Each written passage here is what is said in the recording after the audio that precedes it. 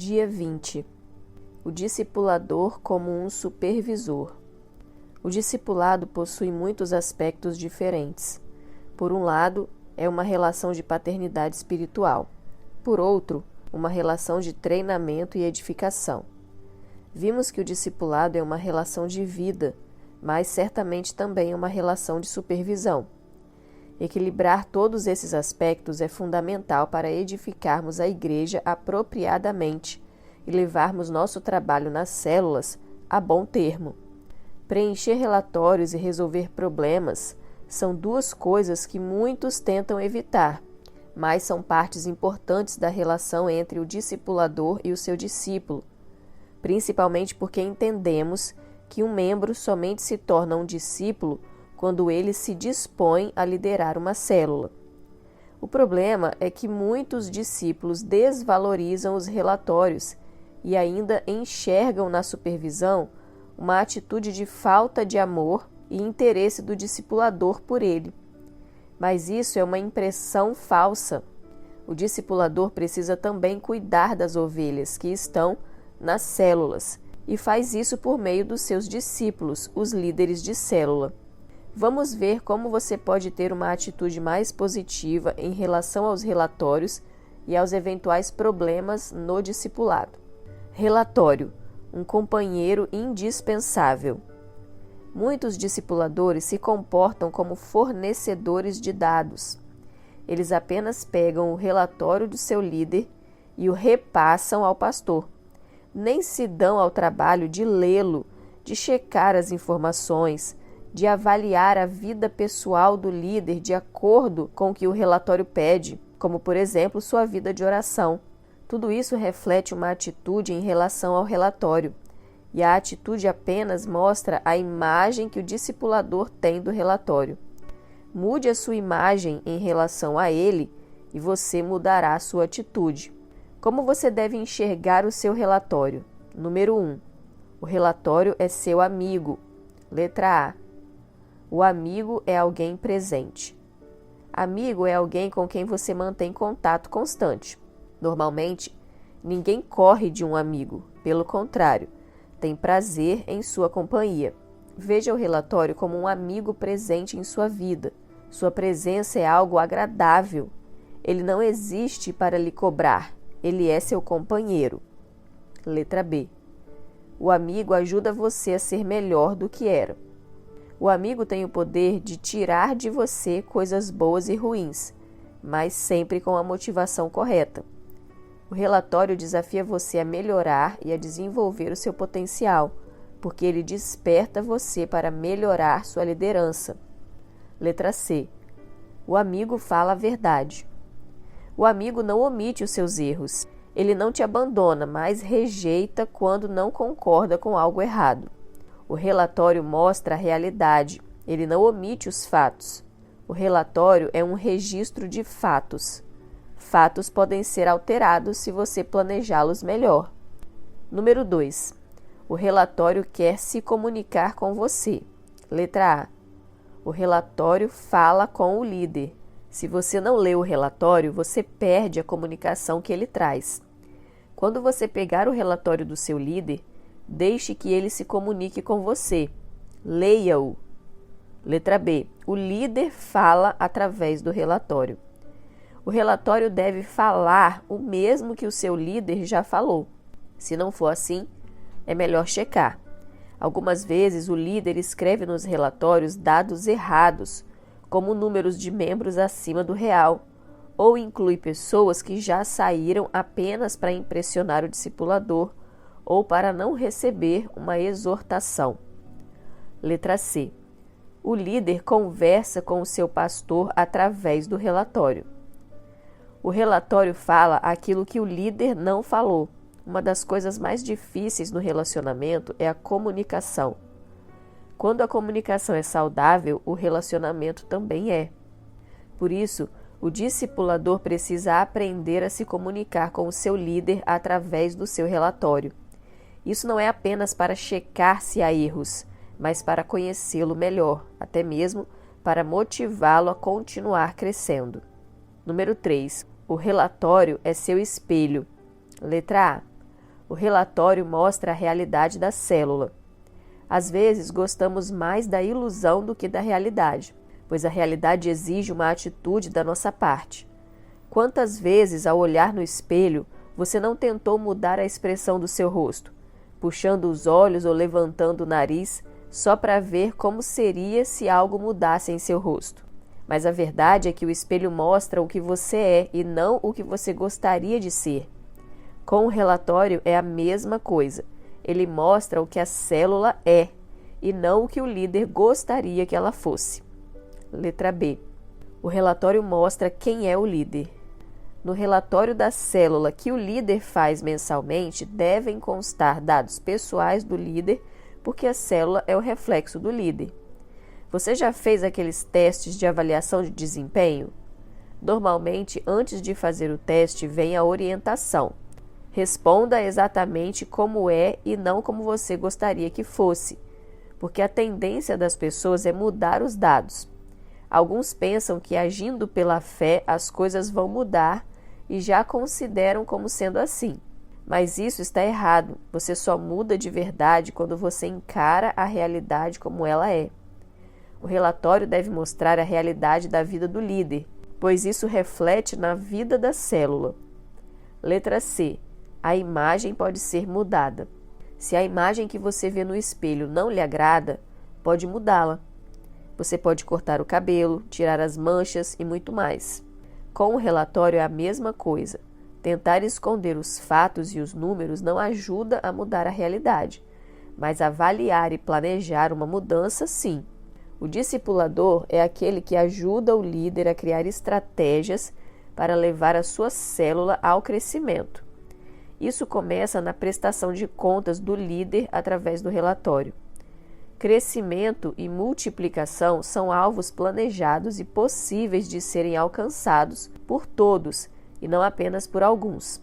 Não se esconda atrás de uma maquiagem, relatórios inexistentes. Seja autêntico, encare os desafios e mude a realidade da sua liderança. A prestação de contas através dos relatórios é uma maneira eficiente de se comunicar, mas é preciso mudar a maneira como os líderes enxergam o relatório. Do contrário, cria-se um círculo vicioso e o relatório vai sempre parecer um bicho de 7 cabeças.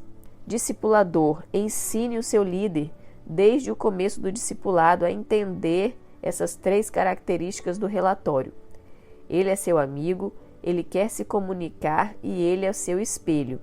Certa vez, um grupo de arquitetos, depois de construir um prédio muito alto, precisava resolver o problema da demora dentro dos elevadores. Eles descobriram que as pessoas tornavam-se mais tolerantes quando tinham projetada diante de si a sua própria imagem. Por isso, passaram a colocar espelhos dentro dos elevadores. Resultado, o tempo dentro dos elevadores não mudou, mas a atitude das pessoas sim. As pessoas gostam de olhar no espelho, mas nem sempre gostam do que veem. Com os relatórios acontece algo semelhante. É inevitável não fazê-los, mas mesmo que os números não sejam o que gostaria, aprenda a lidar com os fatos e a buscar resultados melhores. Preencher relatórios é um suplício para muitos líderes. Fazer com que entreguem pontualmente é outro suplício. Agora, levá-los a gostar do relatório é um verdadeiro milagre. Bem, talvez seja assim que você esteja pensando, mas deixe-me lhe dizer algo sobre isso, que talvez você não saiba. As pessoas fazem as coisas motivadas por suas próprias razões. Certa vez, em uma fazenda, o vaqueiro estava lutando para levar um bezerro ao celeiro. Depois de muito suor, quase perdendo a paciência, uma garota chega perto do bezerro e coloca o dedo na sua boca. O bezerro então começa a andar e segue a garota até o celeiro. O que aconteceu? Estimulado pelo dedo, ele foi até a mãe para mamar. As pessoas são como esse bezerro. Você pode insistir com elas, empurrar, ameaçar, mas muitas não se movem, não mudam. Mas se você der a elas uma boa razão, de modo que elas mesmas sejam beneficiadas, elas seguirão em frente. As pessoas reagem pelas suas próprias razões e não pelas razões de outros. Normalmente essas razões tocam as suas emoções. É por isso que as mães acordam durante noites seguidas para cuidar dos filhos. Elas não fazem isso porque o médico as convenceu, mas porque elas são tocadas pelo choro do filho. Conquiste o coração do seu líder e ele vai responder a você. As pessoas respondem àqueles que elas amam, não a tarefas. Problemas. Como resolvê-los? Tudo a seu tempo é saudável, mas fora dele é problemático. Quando os problemas surgirem, devem ser encarados como uma oportunidade de crescer e não de enfraquecer a sua liderança. Tudo depende da maneira como você os vê. Se forem tratados no tempo certo, podem contribuir para o seu crescimento. Se não, podem ser prejudiciais a muitos. Mesmo o líder mais experiente não está isento deles. A diferença é que aprendeu a lidar com eles de maneira eficaz.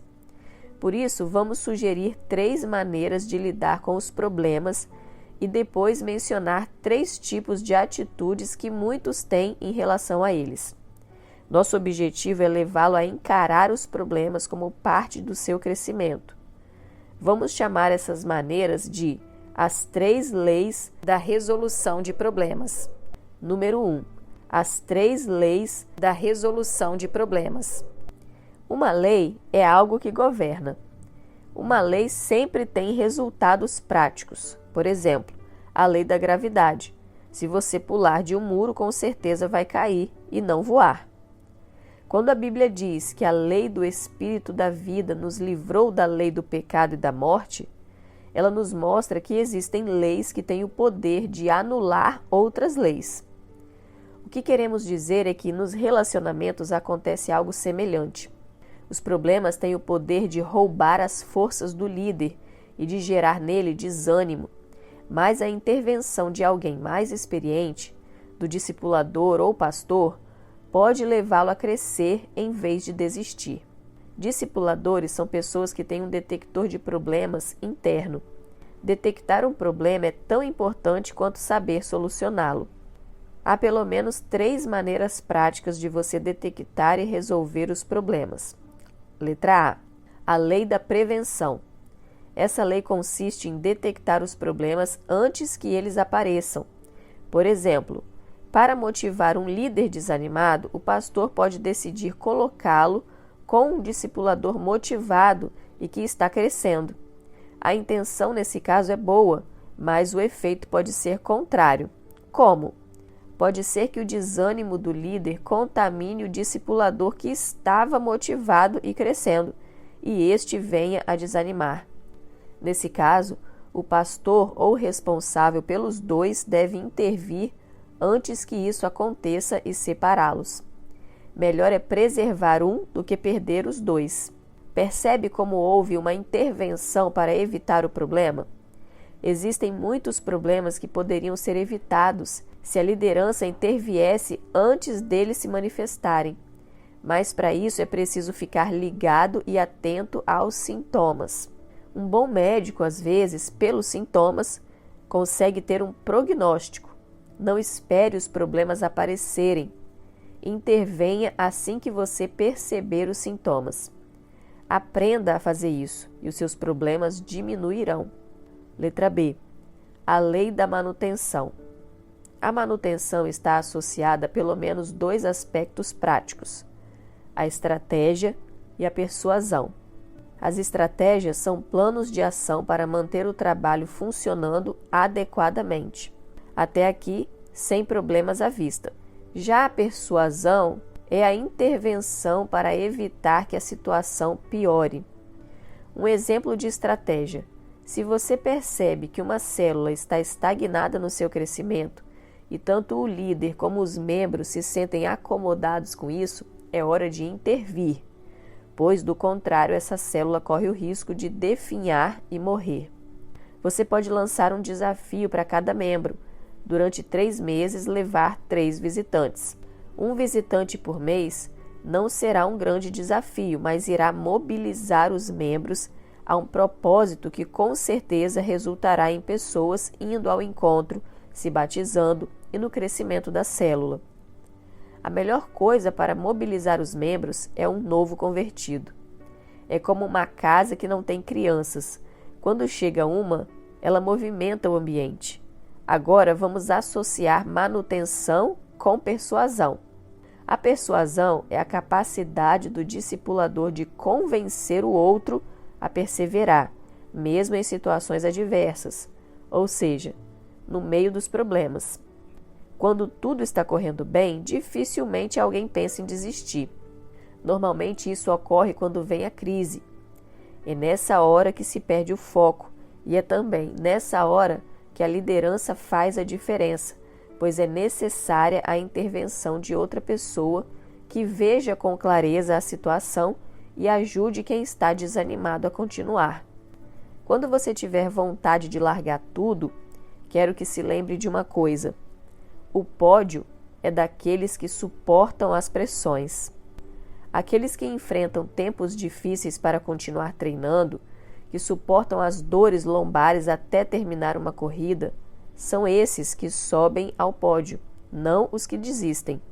Há um pódio celestial nos esperando e um prêmio a ser conquistado, mas enfrentar os problemas na liderança é uma das etapas pela qual todos têm que passar. Quando viajamos para o exterior, é comum irmos visitar museus. Eu particularmente gosto muito. É impressionante ver como eles conseguem manter objetos intactos por milhares de anos. Com o passar do tempo, desenvolveram-se técnicas de preservação, e isso tem contribuído para que possamos usufruir do prazer de admirar peças milenares nos museus. Sabe que isso nos fala também de relacionamentos? Precisamos aprender a desenvolver técnicas para solucionar problemas no discipulado, pois elas ajudam a preservar os relacionamentos. A manutenção refere-se ao cuidado constante. Isso pode ser feito através de comunhão constante no discipulado, com avaliação periódica da liderança, com ministração espiritual mais profunda na vida dos seus liderados, através de retiro, jejum, algo que vá de fato tocar na vida espiritual dos seus discípulos. Tudo isso nos fala de manutenção.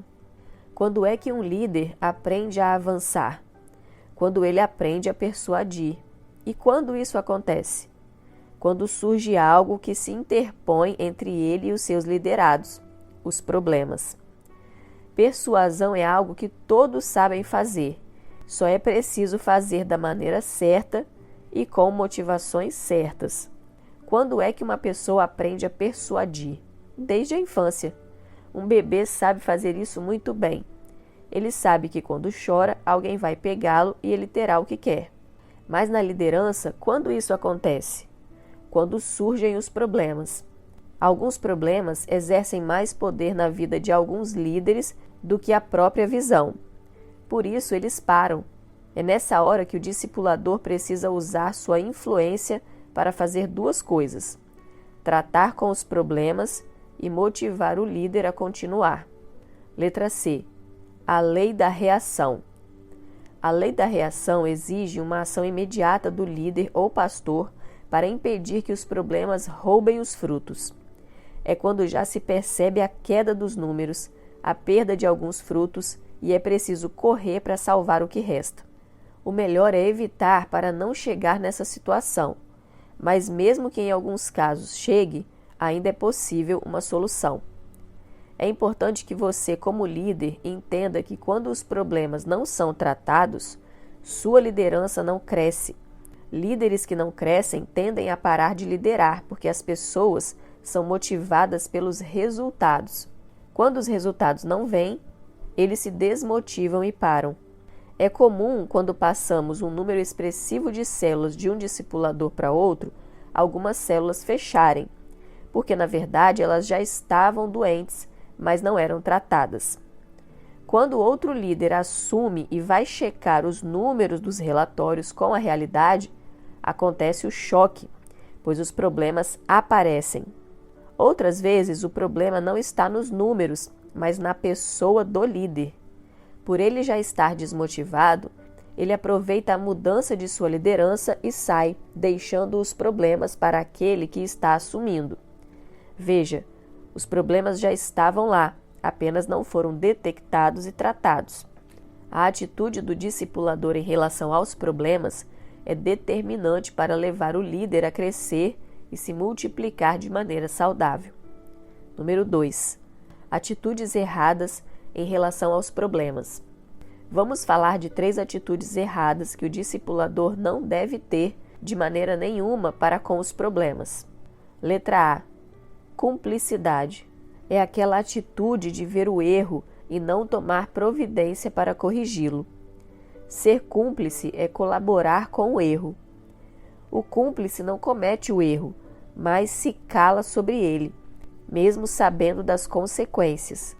Quando o discipulador vê o líder fazendo coisas erradas e permite, sem tomar providências para evitar essa prática, ele está sendo cúmplice do erro. Um exemplo: líderes que não vão à reunião da célula por motivos fúteis. O discipulador sabe disso, mas apenas diz: tudo bem. Nesse caso, o discipulador está sendo cúmplice porque tudo bem significa que a desculpa do líder é mais importante do que a reunião da célula, que o compromisso do líder com os irmãos da célula não é tão importante assim e que o líder pode fazer outras vezes se ele quiser. Muitas vezes a cumplicidade é uma maneira de o discipulador poder justificar seus próprios erros, para que no futuro ele possa fazer o mesmo quando quiser. Quando o discipulador é firme, ele tem que antes ser firme consigo mesmo. Como muitos não querem esse padrão, acabam abrindo mão dele para os seus líderes também. Cumplicidade é pecado. Não te tornes cúmplices de pecados de outrem. Conserva-te a ti mesmo puro. 1 Timóteo 5:22. Letra B. Complacência. É quando o discipulador ou pastor reconhece o erro, mas não tem consequências. É quando o discipulador ou pastor reconhece o erro, mas não tem consequências. Ser complacente é ser tolerante com o erro de outros no sentido de permiti-los. O discipulador complacente é aquele que chega a falar do assunto, mas não mostra a seriedade do erro, permitindo que o líder sofra as consequências dos seus atos. Um exemplo disso: durante o jejum de 21 dias, todos são convocados a orar na igreja e a participar da leitura do livro. Um líder não vai a nenhum dos dias, também não lê o livro que todos estão lendo, então apresenta suas desculpas e o discipulador aceita. Até aqui, o discipulador está sendo cúmplice do erro, pois em 21 dias com certeza ele poderia ter ido a 2 ou 3 dias no mínimo. Ao ser cúmplice, o discipulador impede o líder de crescer, pois não coloca desafios para ele avançar. Quando então ele se torna complacente? Quando o discipulador permite que esse líder vá ao encontro e pregue. Na hora de formar a equipe do encontro, aqueles que foram orar durante os 21 dias de jejum devem ser convocados e terem a oportunidade de pregar, mesmo que o líder ausente pregue melhor do que eles. Quando o discipulador age assim, está disciplinando o líder, permitindo que ele sofra as consequências de suas próprias escolhas. O pai deve saber a hora de disciplinar o filho. Um pai que dá um sorvete logo depois do filho agir com rebeldia e desobediência é um pai permissivo. Isso não é bom nem para o filho, nem para o discípulo. Muitos líderes não avançam mais no seu caráter e na sua liderança porque seus discipuladores perdem oportunidades preciosas de levá-los a crescer. Nem sempre a maneira de sofrer as consequências é punindo o líder, mas honrando outros líderes mais comprometidos, dando-lhes a primazia. Não há nada mais difícil para um líder do que ver outros alcançando reconhecimento enquanto ele fica para trás. Na liderança não deve haver competição, mas às vezes ela desperta o líder a correr e recuperar-se do prejuízo. Cabe ao discipulador saber trabalhar isso com sabedoria para que todos cresçam. Letra C. Omissão. É permitir que o líder continue na posição de liderança depois de um erro grave. como o dicionário define omisso? Como alguém negligente, descuidado. O discipulador omisso é aquele que não diz o que deveria dizer, não faz o que deveria fazer, não trata com os erros que deveria tratar, faz vista grossa às faltas dos seus líderes. Alguns discipuladores e pastores têm medo de perder seus líderes. Foi o mesmo caso de Saul. Ele tinha medo do povo abandoná-lo e tornou-se refém do povo. Se você tem agido assim, deixe-me dizer algo. Ou você muda, ou Deus vai removê-lo, porque você não está liderando na dependência de Deus. Isso é colocar a confiança em homens. Pessoas sempre vão nos abandonar. Somente o Senhor jamais nos abandonará. Coloque a sua confiança em Deus e dependa dele em tudo, até mesmo para tratar com os problemas e pecados de maneira devida. Se você honrar o nome de Deus, não permitindo que líderes liderem relaxadamente, Deus o honrará. Aos que me honram, honrarei. Você pode honrar a Deus de várias maneiras. Uma delas é quando age de acordo com a autoridade que Deus lhe deu. Autoridade para ensinar e disciplinar. O discípulo que nunca é disciplinado jamais será a imagem de Jesus. Pois até mesmo Jesus aprendeu a obedecer através das coisas que sofreu. Ele não foi disciplinado, mas aprendeu através de sofrimentos. Por isso, não poupe os seus líderes, deixando de tratar com os erros que cometerem. Para o bem deles e de sua liderança, trate-os como filhos. Se for necessário, discipline-os, ainda que em alguns casos signifique removê-los da posição. Para isso é importante ter critérios justos. Se for o correto, faça-o. Assim, ele e os outros saberão que tipo de líder você é e que estamos servindo a um Deus santo e zeloso. Se você for omisso, descuidado, você pode ser derrotado. Subiu Gideão pelo caminho dos nômades, ao oriente de Noba e Jogue-Beá, e feriu aquele exército que se achava descuidado. Juízes 8:11. Se você for omisso, Deus vai tratar com você.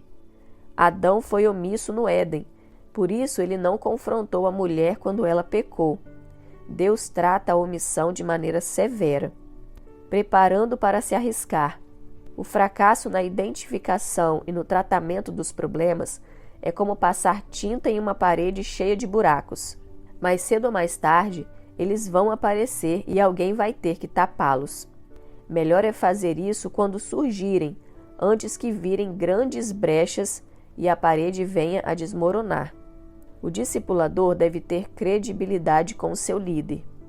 A primeira coisa que o discipulador deve fazer no início do relacionamento é conquistar a confiança do líder. Essa confiança vai crescer à medida que o líder perceber que é amado e que o discipulado não é apenas para cobrar dele uma tarefa. As pessoas seguem outras por duas razões básicas. Primeiro, porque acreditam na sua visão, ou seja, ela confia que o seu líder sabe aonde está indo e, por isso, decide ir junto. Segundo, porque são valorizadas e amadas. Os discípulos seguiam a Jesus por essas duas razões. Na primeira vez que Jesus os chamou, ele o fez por uma visão. Eu vos farei pescadores de homens. Eles seguiram Jesus porque creram nessa visão. Mas na segunda vez, depois da sua ressurreição, quando perderam o foco da visão, Jesus os chamou de volta perguntando a Pedro: Tu me amas? Eles retornaram porque amavam ao Senhor. Credibilidade é confiança. Se o líder confiar nas motivações do discipulador ao corrigi-lo, ele certamente vai responder de modo correto. Mas ainda assim, o discipulador deve se preparar para possíveis perdas, porque nem sempre todos aceitam a correção. Mas a maioria quer responder a Deus e fazer a coisa certa. Você, como discipulador ou pastor, faça isso também. Atraindo-os para uma visão mais alta. As pessoas não compram jornais, elas compram notícias. Mulheres não compram cosméticos, elas compram uma aparência melhor. Os atletas não se disciplinam apenas para não serem derrotados. Eles fazem isso porque acreditam que podem ser vencedores. Buscar uma visão mais alta é simplesmente ajudar os outros a se tornarem o que eles são de fato capazes de ser e o que querem ser. Ao tratar com os problemas, não permita que eles se tornem o foco. O foco é o crescimento do discípulo. A maneira como agimos diante dos problemas mostra que tipo de liderança estamos exercendo, a de um chefe ou de um líder. O chefe dirige as pessoas, o líder as treina. O chefe diz eu, o líder sempre inclui nós. O chefe busca culpados, o líder conserta o erro. O chefe diz vá, o líder diz vamos. O líder não aponta o caminho, ele leva o seu discípulo a percorrê-lo junto com ele. Mas antes de levar as pessoas, você precisa saber exatamente o que quer fazer. Se o alvo do discipulador for crescer e multiplicar suas células, ele dificilmente vai abrir mão de seus líderes por causa de problemas. Se ele for de fato preocupado com o crescimento dos líderes, não permitirá que problemas permaneçam na sua liderança. O que ele vai fazer? Encarar os problemas, lutar pelos seus discípulos e motivá-los a um nível mais alto de liderança. Certa vez, um treinador impôs um ritmo pesado de corrida para um atleta que treinava para as Olimpíadas.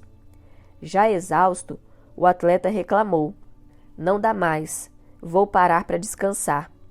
Antes que ele parasse, o treinador lhe perguntou: "Em qual lugar você quer chegar quando estiver competindo?" Ele respondeu: "Em primeiro, é óbvio." O treinador disse: "Então continue correndo." Os problemas não podem nos fazer parar. Precisamos continuar correndo. Se depender de alguns líderes, eles vão parar. Mas se depender de você, discipulador, não pare e não permita que os discípulos parem também.